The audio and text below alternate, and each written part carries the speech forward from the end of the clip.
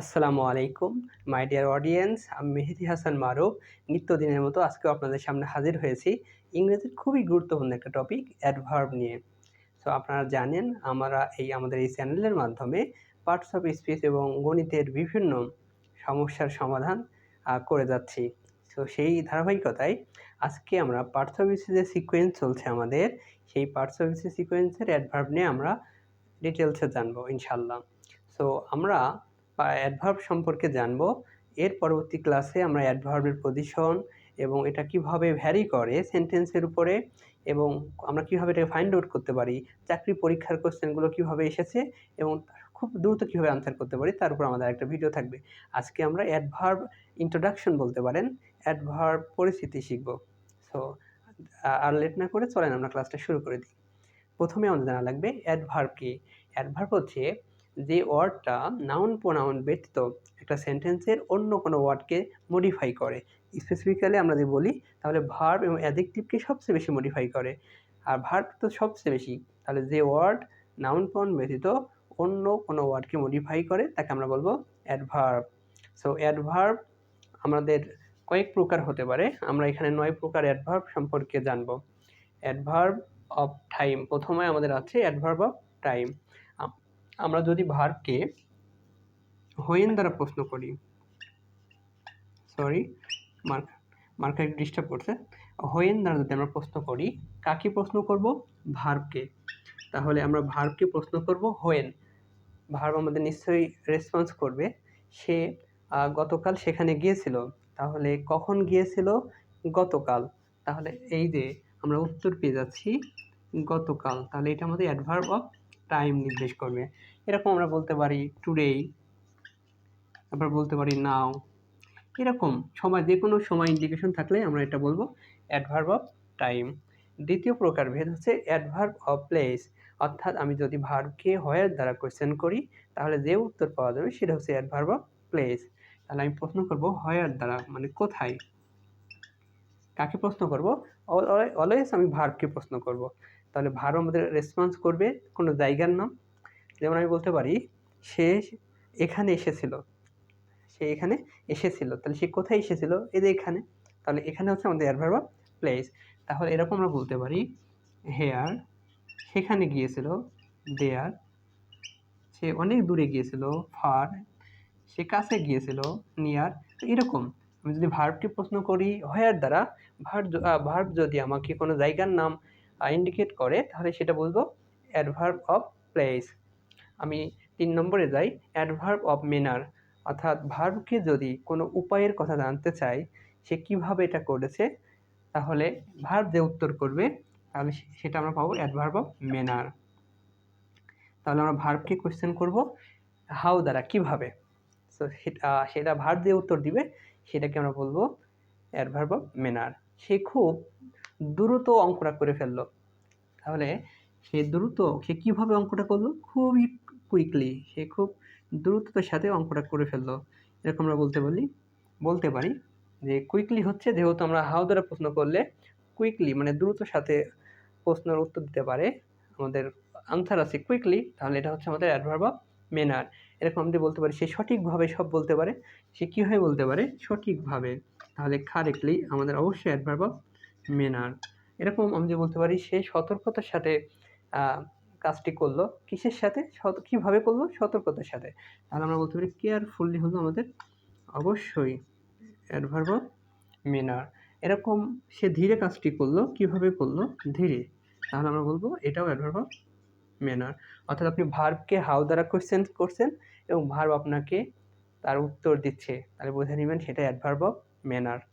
আমাদের 4 নম্বর হচ্ছে adverb of frequency. Frequency মানে হাউ অফেন, কতবার। হাউ অফেন, কতবার, এটা বোঝায়। এটা কোয়েশ্চেন উত্তর দিবে হাউ অফেন, কতবার। যেমন আমি বলি সেলিম মাঝে মাঝে এখানে আসে, তাহলে কতবার আসে? এটা উত্তর হচ্ছে মাঝে মাঝে। তারপরে রেগুলারলি আমরা বলতে পারি নিয়মিত সে এখানে আসে। অকেশনালি, তাহলে এই যে কতবার, ফ্রিকোয়েন্সি, আমাদের এটাকে বলা হবে অ্যাডভার্ব অফ ফ্রিকোয়েন্সি। হাউ অফেনের আনসার দিচ্ছে, তাহলে আমরা বলবো এটা adverb of frequency. Adverb of quantity, পরিমাণ বোঝায়, যে সে প্রায় সবটুকু রুটি খেয়ে ফেললো। তাহলে কতটুকু খেলো পরিমাণ? প্রায় সবটুকু, অলমোস্ট। তাহলে এটা আমাদের বলবে যে কোয়ান্টিটি। কোয়ান্টিটি মানে পরিমাণ বোঝাবে, বুঝা গেছে? তাহলে এটা হচ্ছে হাউ মাছ কতটুকু। আমরা বলতে পারি এরকম অলমোস্ট, আমরা বলতে পারি লিটল, আমরা বলতে পারি মাস, আমরা বলতে পারি পরিমাণ, ভেরিও বলতে পারি। এরকম আমরা যদি কোনো ভার্বকে কোয়েশ্চেন করার পরে আমি যদি হাউ মাসের আনসার পাই, তাহলে সেটা বলবো অ্যাডভার্ব অফ কোয়ান্টিটি। আমাদের নেক্সট হচ্ছে adverb of cause and effect, মানে কোনো কিছুর প্রভাব এবং কারণ যদি আমাদের বলে। আমরা সৃজনশীল যুগের লোক, সো আমরা উদ্দীপক লিখে অভ্যস্ত, তাই না? উদ্দীপকের লাস্টে আপনারা সবাই হয়তো লিখেন, আমিও অনেক লিখেছি। অতএব পরিশেষে বলা যেতে পারে। এই যে অতএব আমরা বলি দেয়ারফর, এটা হচ্ছে কিন্তু আমাদের কি কজ অ্যান্ড ইফেক্ট। তাহলে আমরা বলি হেন্স, তারপরে দেয়ারফর, হ্যাঁ, এই যে দেয়ারফর, এগুলো আমরা বলি, এগুলো আমরা বলতে পারি adverb of cause and effect, as a result, ফলাফলস্বরূপ। ঠিক আছে? তারপরে হচ্ছে অ্যাডভার্ব অফ অর্ডার। অর্ডার মানে নিশ্চয়ই ক্রম বোঝায়। আমরা অনেকেই খুব সুন্দর করে গুছিয়ে কথা বলি, কথা বলতে পারে আমি জানি। তো তারা কিন্তু খুব সুন্দর করে বলে যে ফার্স্টলি বা প্রথমত আমার এটা বলার আছে, দ্বিতীয়ত মানে আমার এটা বলার আছে। এই যে তারা একটা সিকোয়েন্স মেনটেন করছে, অর্ডার মেনটেন করছে, firstly, secondly, thirdly, first, second, এগুলো আমরা বলবো অ্যাডভার্ব অফ অর্ডার। তাহলে firstly, secondly, first of all আমরা বলি এরকম, যদি ফার্স্ট অফ অল পুরোটা হবে না, first, second, ETC. Interrogative adverbs, interrogative WS word যেগুলো আছে, সেই ডাব্লিউএস ওয়ার্ড যদি প্রথমে বসে কোনো জায়গা, কোনো সময়, হ্যাঁ, কোনো কীভাবে কোনো ম্যানারের বর্ণনা দিতে পারে, তাহলে আমাকে কিন্তু সেটাকে বলবো adverb of interrogative adverbs.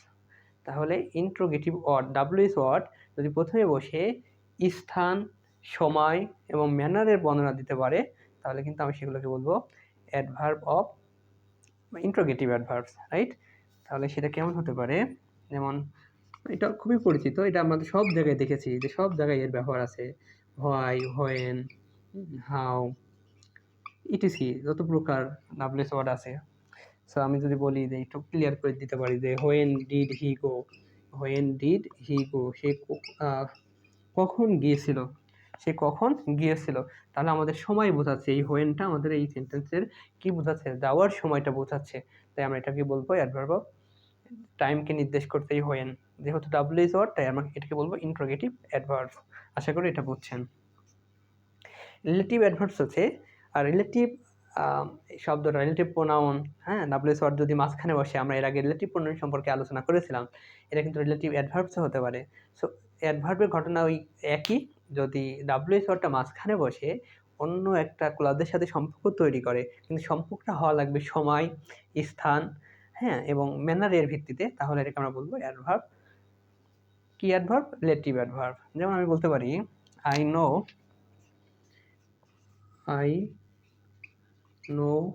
the place where he lives. আমি জায়গাটির কথা জানি যেখানে সে জন্মগ্রহণ করেছে। তাহলে দেখেন, সে জন্মগ্রহণ করেছে যে জায়গাটা, সেটার কথা আমি জানি। এই হোয়ারটা কি করছে? হি লিভস, সে বসবাস করে, তার সাথে আমার জানার সম্পর্ক তৈরি করেছে। তার মানে একটা জায়গার নাম ইন্ডিকেট করতেছে, তার জন্মের জায়গা সম্পর্কে আমি জানি। তো ওই যে স্থানের কথা বলেছে। রিলেটিভ প্রোনাউন, রিলেটিভ প্রোনাউনও কিন্তু ডাব্লিউএস ওয়ার্ড মাঝখানে বসে হয়। তো তখন কখন আমরা রিলেটিভ প্রোনাউন বলবো, কখন রিলেটিভ অ্যাডভার্বস বলবো, এইসব কনফিউশন যত ক্লাস মানে আমাদের ব্যাপার আছে, এই সব কিছু দূর করার জন্য আমরা আস্তে আস্তে ক্লাস নিয়ে আসবো। আমরা জাস্ট আজকে অ্যাডভার্বের একটা পরিচয়মূলক ক্লাস নিলাম। সামনে অনেক ডিটেলসে যাওয়ার ইচ্ছা আছে আমাদের, ইনশাআল্লাহ, যদি আল্লাহ কবুল করে। আশা করি আপনারা এতক্ষণ অ্যাডভার্ব সম্পর্কে অ্যাটলিস্ট কিছু হলেও তো জেনেছেন, তাই না? আপনারা অনেক জানেন, কিন্তু হয়তো রিভিশনটা হয়ে গেল। সো আমাকে আপনাদের দোয়ায় রাখবেন। আমরা আপনাদের সুস্বাস্থ্য কামনা করি। এই চ্যানেলের মাধ্যমে আমরা আমাদের জ্ঞান অভিজ্ঞতা শেয়ার করব আপনাদের সাথে। চাকরি পরীক্ষার বিভিন্ন গণিত, হ্যাঁ, এবং ইংলিশের কঠিন যে সমস্যাগুলো আছে সেগুলো খুব সহজ ভাষায় আপনাদের সামনে উপস্থাপন করে ট্রাই করবো ইনশাআল্লাহ। পাশাপাশি অনার্সের বিভিন্ন ম্যাথমেটিক্সের যে কনসেপ্ট আছে সেটা নিয়ে আমরা ভিডিও বানাবো ইনশাআল্লাহ। আর কথা না বাড়াই আমি এখানে আপনাদের সামনে বিদায় নিচ্ছি। আসসালামু আলাইকুম।